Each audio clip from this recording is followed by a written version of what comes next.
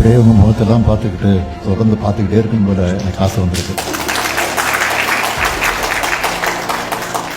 இப்படிதான் ஒரு முறை எங்களை எல்லாம் ஆளாக்கிய நம்முடைய ஒப்பற்ற தலைவர் பேரறிஞர் பெருந்தகை அறிஞர் அண்ணா அவர்கள் ஒரு கூட்டத்தில் பேசுகிற போது சொன்னார். அதில் குறிப்பாக மலேசியா, சிங்கப்பூர் போன்ற நாடுகளுக்கு சென்ற போது இதை குறிப்பிட்டு சொல்லியிருக்கிறார். 2 நிமிஷம் பேசாமல் இருந்திருக்கிறாரு.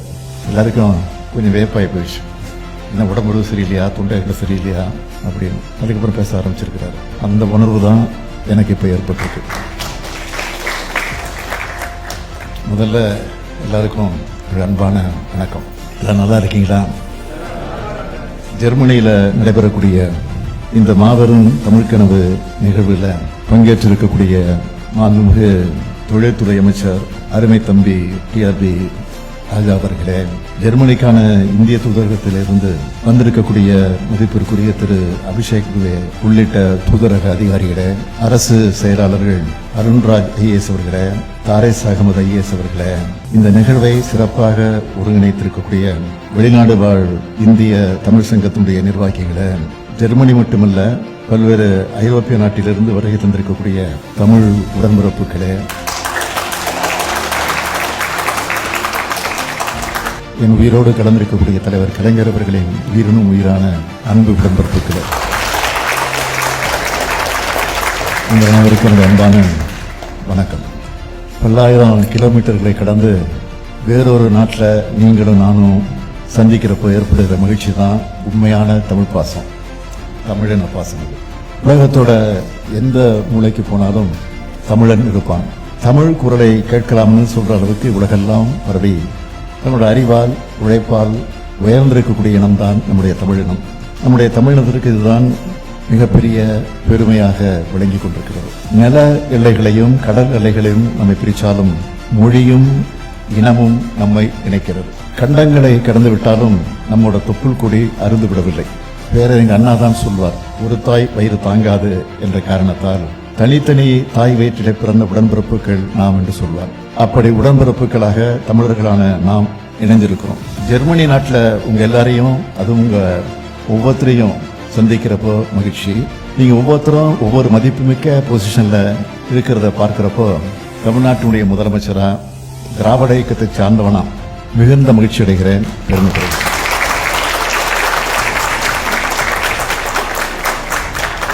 நம்ம திராவிட மாடல் ஆட்சி தமிழ்நாட்டில் அமைஞ்ச பிறகு தமிழ்நாடு எல்லா வகையிலும் இன்றைக்கு முன்னேறிட்டு இருக்கு. குறிப்பா தொழில் வளர்ச்சியில ரொம்ப வேகமா வளர்ந்துட்டு இருக்கிறோம். நம்முடைய தமிழ்நாட்டு வளர்ச்சியை பற்றி நீங்கள்லாம் செய்தித்தாள படிச்சிருப்பீங்க, சோசியல் மீடியாக்களையும் பார்த்திருப்பீங்க. அதாவது அங்க இருக்கக்கூடிய உங்களுடைய உறவினர்கள், நண்பர்கள் மூலமா கேள்விப்பட்டிருப்பீங்க.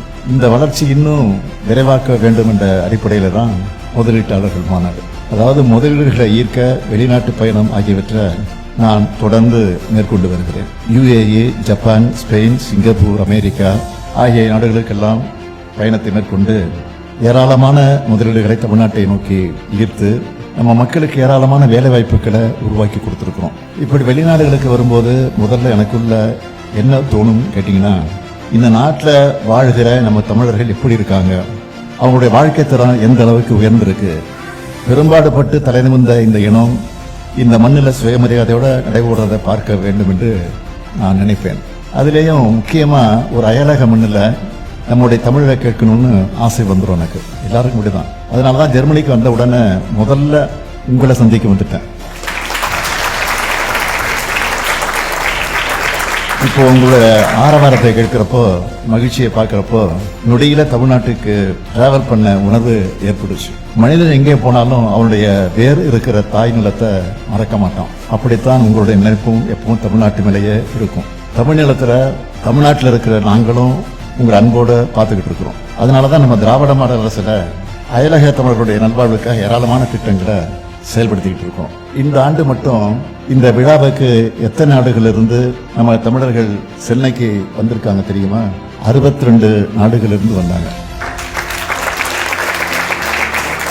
சொந்த மண்ணில் கால் வச்சப்போ அவங்க நடந்த மகிழ்ச்சியை பார்த்து அதை நான் ரசிச்சேன், புலங்காகிதம் அடைந்தேன், பூரிப்படைஞ்சேன். அடுத்து அயலக தமிழர் நல வாரியம், அயலக தமிழர்களுக்கான டோல் ஃப்ரீ ஹெல்ப்லைன், அதே போன்று புலம்பெயர் தமிழ் அமைப்புகளுக்கு சுழல் நிதி, தமிழ்நாட்டுக்கு வெளியே வாழ்கிற தமிழர்களுக்கு என்று இன்சூரன்ஸ், இப்படி ஏராளமான திட்டங்களை செஞ்சுட்டு இருக்கோம். அது மட்டுமல்ல, வெளிநாடுகளுக்கு வேலைக்கு சென்று எதிர்பாராத விதமா உயிரிழக்கக்கூடிய நேரத்தில் அந்த குடும்பத்துக்கு நிதி உதவியும் பென்ஷனும் வழங்குகிறோம். இப்படி பார்த்து பார்த்து செஞ்சு தர்றதோட வெளிநாடு வாழ் தமிழர்களுக்கு ஒரு பிரச்சனைனா ஓடோடி வந்து உதவுறோம். இதுக்கு சில எடுத்துக்காட்டுகளை நான் சொல்ல விரும்புகிறேன். உக்ரைன் நாட்டிலிருந்து 1524 மாணவர்கள், சூடான்ல இருந்து 253 பேர், இஸ்ரேல இருந்து 123 பேர், வங்கதேசத்திலிருந்து 220 பேர், கம்போடியா, தாய்லாந்து, மியான்மர் ஆகிய நாடுகளிலிருந்து 119 பேரை மீட்டு வந்திருக்கிறோம். அது மட்டுமல்ல, இன்னும் சில நெகிழ்ச்சியான சம்பவங்களையும் உங்ககிட்ட நான் பகிர்ந்துக்க விரும்புகிறேன். காஞ்சிபுரத்தை சேர்ந்த மனோஜ் என்பவர் அமெரிக்காவிலிருந்து சென்னை வரும்போது அவருடைய குழந்தையின் பெயர் சந்தியா. சந்தியாவுக்கு நடுவானில் கடுமையான உடல்நலக்குறைவு ஏற்பட்டுச்சு. உடனே பிளைட்டை இஸ்தான்புல்ல லேண்ட் பண்ணிட்டாங்க. அந்த குழந்தையை மேல் சிகிச்சைக்காக சென்னை கழிச்சிட்டு வர 10 லட்சம் ரூபாய் வழங்கணும். மயிலாடுதுறையை சார்ந்த முபாரக் அலி என்பவருக்கு தாய்லாந்துல உடல்நலக்குறைவு ஏற்பட்டப்போ 10 லட்சம் ரூபாய் செலவில் சென்னைக்கு அழைச்சிட்டு வந்து சிகிச்சை அளிச்சோம். குவைத் தீ விபத்துல சிக்கின 7 தமிழருடைய உடலை மீட்டு ஒப்படைச்சு அந்த குடும்பங்களுக்கு 5 லட்சம் ரூபாய் வழங்கணும். 2ஆம் உலக போர்ல போர் கைதிகளாக இருந்து மறைந்த தமிழர் நினைவா தாய்லாந்து நிலுகள் அமைக்க 10 லட்சம் ரூபாய் வழங்கியிருக்கிறோம். இதையெல்லாம் நான் குறிப்பிட்டு சொல்ல காரணம், தமிழ்நாட்டில் திராவிட மாடல் அரசும் இங்க முத்துவேல் கருணாநிதி ஸ்டாலினும் உங்களை ஆதரிக்க அரவணைக்க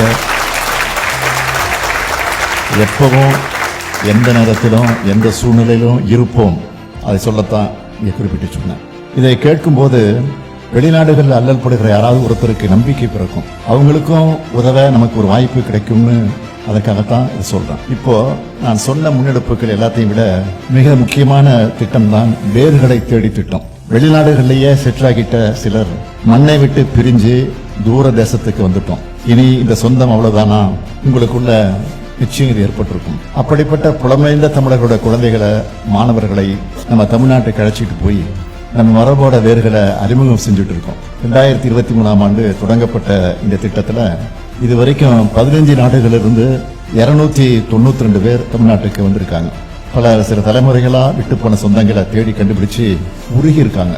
அவங்க கண்களிலிருந்து வழிஞ்ச கண்ணீரும் அவங்க மனசுல தேங்கி நின்ன பாசமும் தான் இந்த திட்டத்தோட நோக்கத்துக்கு கிடைச்ச வெற்றின்னு நான் நினைக்கிறேன். வாழ்வதும் பலவதும் தமிழும் தமிழனுமாய் இருக்க வேண்டும். இதுதான் நம்ம திராவிட மாடல் அரசோட மோட்டோ. இதுக்காகத்தான் தொடர்ந்து செயலாற்றி கொண்டிருக்கோம். நம்ம அரசோட திட்டங்களை நாம ஏற்படுத்தி தரக்கூடிய வாய்ப்புகளை நீங்க எல்லாரும் பயன்படுத்திக்க வேண்டும் என்று நான் கேட்டுக்கொள்கிறேன். அதே சமயம் உங்க மேல இருக்கக்கூடிய அன்போடும் உரிமையோடும் ஒரு கோரிக்கையை வைக்க விரும்புகிறேன். எப்போதுமே எங்கேயாவது முதலமைச்சர் போனா தமிழ்நாட்டை பொறுத்தவரைக்கும் இடத்துல கோரிக்கை வைப்பாங்க.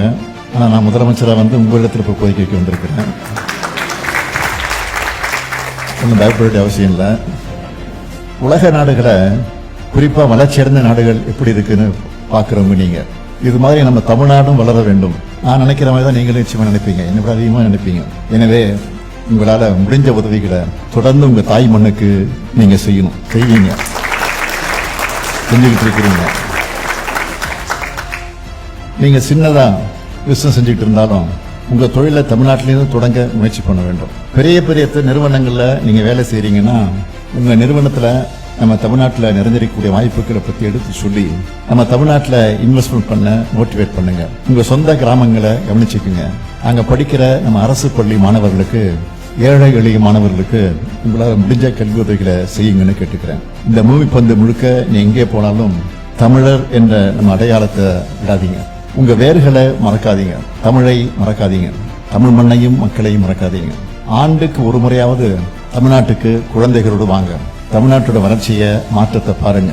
நம்ம பண்பாட்டை, வரலாற்றை, அரசியல் எழுச்சியை எடுத்துச் சொல்லும் கீழடி அருங்காட்சியகம்,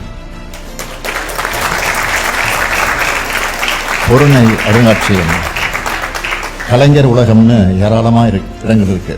அதையெல்லாம் நீங்க மட்டும் இல்ல, உங்க குழந்தைகளுக்கும் சுற்றி காமிச்சு நம்ம வரலாற்றை எடுத்து சொல்லுங்க. உங்க வரவா, உங்க குடும்பத்தில் ஒருத்தனா, இது முத்துவேல் கருணாநிதி ஸ்டாலின் உங்களுக்காக தமிழ்நாட்டில் இருக்கேன். குடும்பத்தோடு இங்கே வந்து இந்த மறக்க முடியாத வரவேற்பு கொடுத்திருக்கக்கூடிய உங்களுக்கெல்லாம் நன்றி நன்றி நன்றி விடைபெறுகிறேன்.